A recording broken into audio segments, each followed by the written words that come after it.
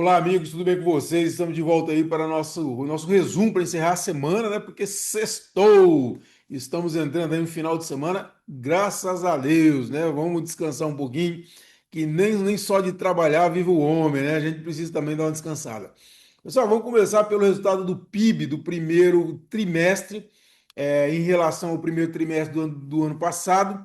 Ele foi calculado o PIB do Tocantins em 24,2 bilhões de reais, com um crescimento de 3,1%.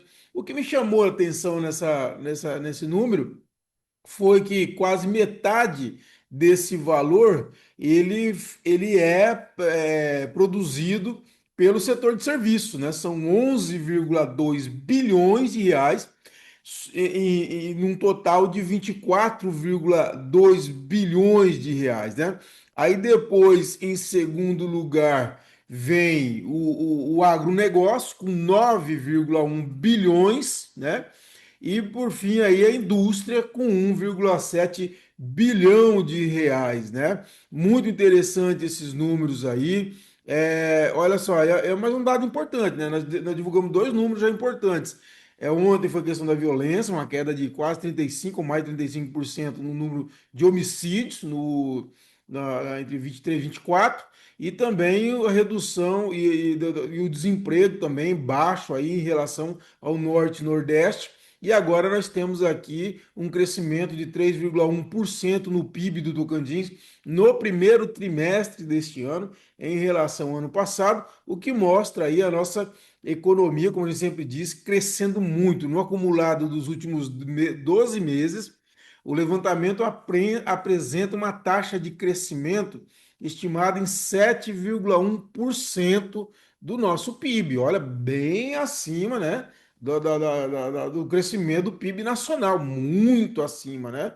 E tem gente que fala aí de coisa de 1, 2, 3% do PIB nacional, então, assim, é um resultado muito bom, né? O governo do Tocantins está informando que a partir de agora o PIB trimestral do estado será divulgado assim que se encerrar o período equivalente, permitindo monitoramento frequente da nossa economia, né? E com essa iniciativa, o estado passa a integrar o seleto grupo de 16 estados que já realizam um cálculo do PIB trimestral, segundo para o governo aí, tem razão, fortalecendo a transparência, o planejamento estratégico e o desenvolvimento socioeconômico. Isso é muito importante, a divulgação desses números. A gente tem que ter muita transparência nos nossos dados, né? Nas nossas informações. Isso é fundamental, beleza? A coluna do CT, nós soltamos hoje uma matéria muito interessante para a reflexão de todo mundo, para cada um formar a sua opinião, sobre aquela questão da venda das ações do Estado na Energisa, né?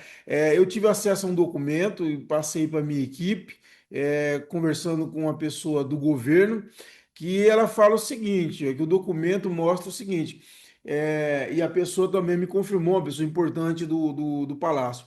Participação do Estado na Energisa caiu ao longo dos anos com os aportes da iniciativa privada e o governo vê venda das ações como alternativa de capitalização. Essa fonte ela argumenta para mim? O Estado, vou colocar em números aqui, olha só, o Estado chegou a ter 99,97% do capital social da Celtins, né? E depois ela passou para 49,14%, caiu para 49,14% com a transferência do controle acionário para a Energisa em abril de 2014.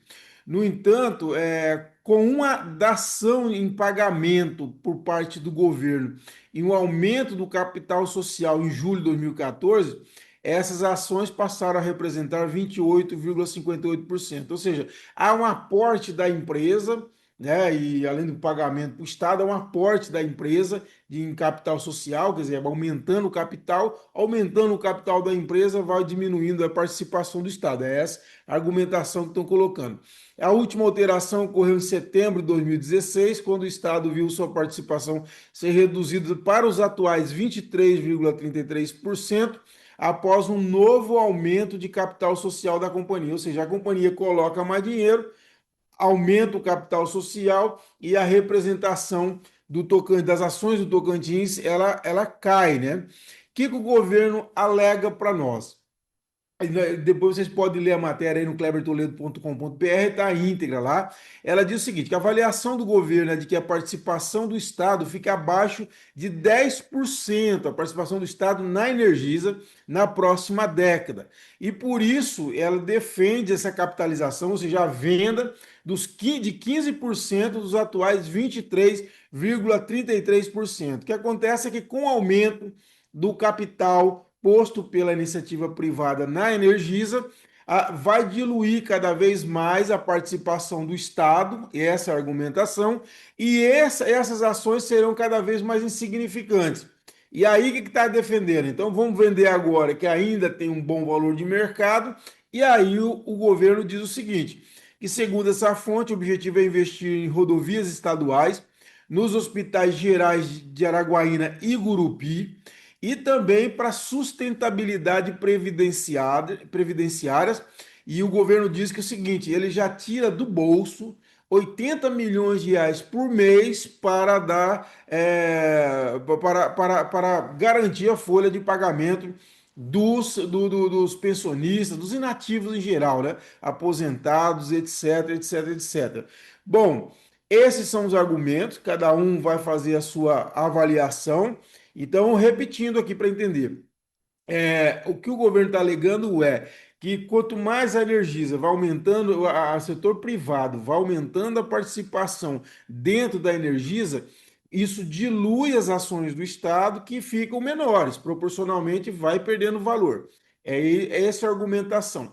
E aí eles estão querendo vender agora porque acreditam que na próxima década essa participação do governo, que já foi 99, caiu para 49, foi para 28 e hoje está em 23, ela vai estar em menos de 10% do capital da empresa, tá bom? Esses são os argumentos. Vamos lá.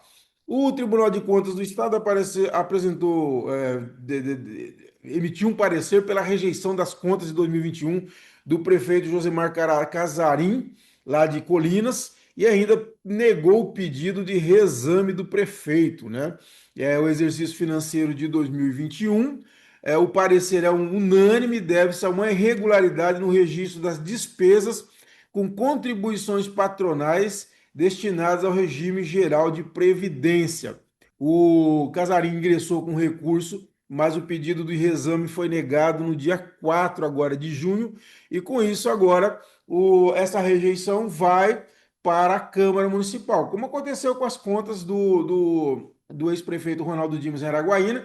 As contas foram avaliadas, julgadas pela Câmara nessa, e tinha parecer pela rejeição também, foram julgadas nessa de 2018, 2019, nessa quinta-feira, e mais assim, o parecer do TCE não foi acatado e as contas do Ronaldo foram aprovadas. Agora, no caso do Casarim, vai ser a mesma coisa, há uma rejeição do Tribunal de Contas. Esse parecer vai agora para a Câmara de Colinas, e a Câmara de Colinas vai julgar se aprova ou não aprova essas contas de 2021 do prefeito Casarim, tá bom? Mais um candidato a presidente do PT, o Luiz Antônio, doutor Luiz Antônio, ele teve em Brasília, né? E ele é candidato a presidente regional do PT. Ele é apoiado pelo Vilela, né? O Vilela, que já foi candidato a senador pelo PT nas últimas eleições estaduais. E o grupo do Vilela está apoiando, então, aí o doutor Luiz Antônio, que teve em Brasília no dia 5 e 6 agora de junho. Ele se encontrou lá com vários dirigentes nacionais, como o ex-deputado federal e secretário-geral do PT, o Henrique Fontana, a Camila Moreno, que é membro da executiva petista, né, nacional, Rose Rodrigues, secretária agrária do PT Nacional, teve também com o senador Humberto Costa, que é o presidente nacional do partido, e também com as ministras-chefe das relações institucionais da presidência, a Gleisi Hoffmann. Ele se reuniu lá. A eleição do PT é no dia 6 de julho, é o PED, né, que chama, o processo de eleição direta e que vai eleger tanto o diretório regional quanto os diretórios municipais.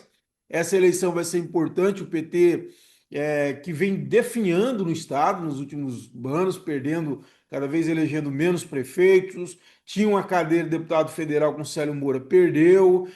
Enfim, o PT que em 2004 arrebentou a boca do balão, como a gente diz aqui no Tocantins, elegeu Palmas, elegeu Porto Nacional, Guaraí, Dianópolis, enfim, na época o PT ganhou muitas prefeituras, depois entrou em crise interna no estado e também depois veio a grande crise nacional e teve problema. E agora essa eleição ela vai ser definidora sobre os rumos do PT para 2026. Vários candidatos têm dito que se ganhar, o PT vai ter candidato a governador ano que vem, não vai ser puxadinho de outras candidaturas. Um nome que já é avisado é do ex-deputado, ex-prefeito de Porto Nacional, Paulo Mourão. O Paulo que já foi candidato a senador pelo PT, foi candidato a governador na última eleição, mas o PT sempre boicotando as próprias candidaturas, seja o PT nacional e às vezes o PT interno. E o PT agora tem uma federação com o PV, com o PCdoB, que estão seguindo o governo do Estado, né?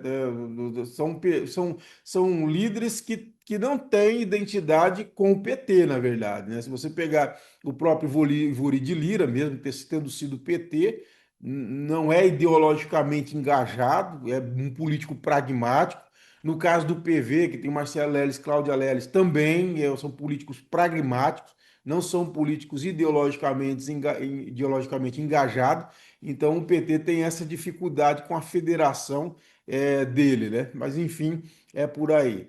Bom, duas notícias nacionais para encerrar. O Hugo Mota encaminhou à Comissão de Constituição e Justiça da Câmara o processo de cassação da deputada Carla Zambelli, que está lá na Itália, da região de Vêneto, segundo o próprio governo da Itália, né, que está atrás dela lá. É um deputado de oposição lá na Itália que está pressionando o governo italiano a dar uma resposta, o que vai fazer com a Carla Zambelli. Eu vi uma entrevista dele no ICL Notícias e ele chegou a dizer que não quer que seu país seja um abrigo de criminosos, né? Para você ter uma ideia como chegou.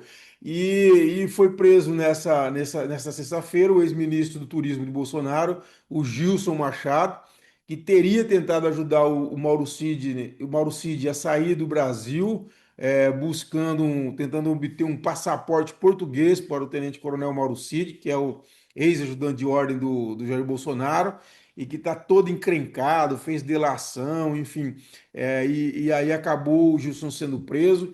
O Mauro Cid chegou a ter a prisão decretada, depois foi revogada. Enfim, esse pessoal está muito encalacrado, gente, muito encalacrado. Tem que pensar, sabe assim, nós temos instituições fortes.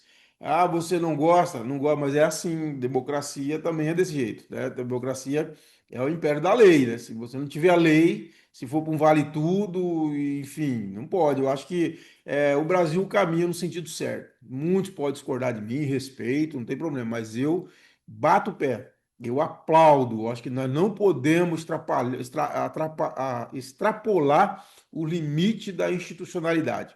Nós não podemos extrapolar para o desrespeito às instituições, para a tentativa de virar um resultado de eleição e na força. O resultado de eleição se vira na urna, não é em golpe, não. E não adianta vir que não me convence. Vi lá o Bolsonaro mesmo, todo valentão, chegou lá, tava um cordeirinho de Deus, o Tigrão virou tchutchuca na frente do Xandão. Foi bonito de ver, né? Foi bonito. Ainda chamou os seguidores de malucos, né? E etc e tal. Enfim, todos nós temos que tirar lição disso aí, sabe? Eu acho que o Brasil precisava fazer isso, não podia deixar passar, como deixou passar o final da ditadura. Se tivéssemos feito isso no final da ditadura, não teríamos tido o 8 de janeiro e todo o movimento que veio, não é só de 8 de janeiro, lá de trás que vieram tentando armar algum jeito de virar a mesa e só não fizeram porque não deram conta, né? Porque se tivessem feito, talvez eu estava preso, com certeza eu não estaria aqui, eu estaria encalacrado, né? Porque com certeza eu seria extremamente penalizado. Então, viva a democracia, ainda mais por isso, tá bom? Espero que tenham gostado. Bom final de semana e voltamos na segunda-feira. Um abraço a todos.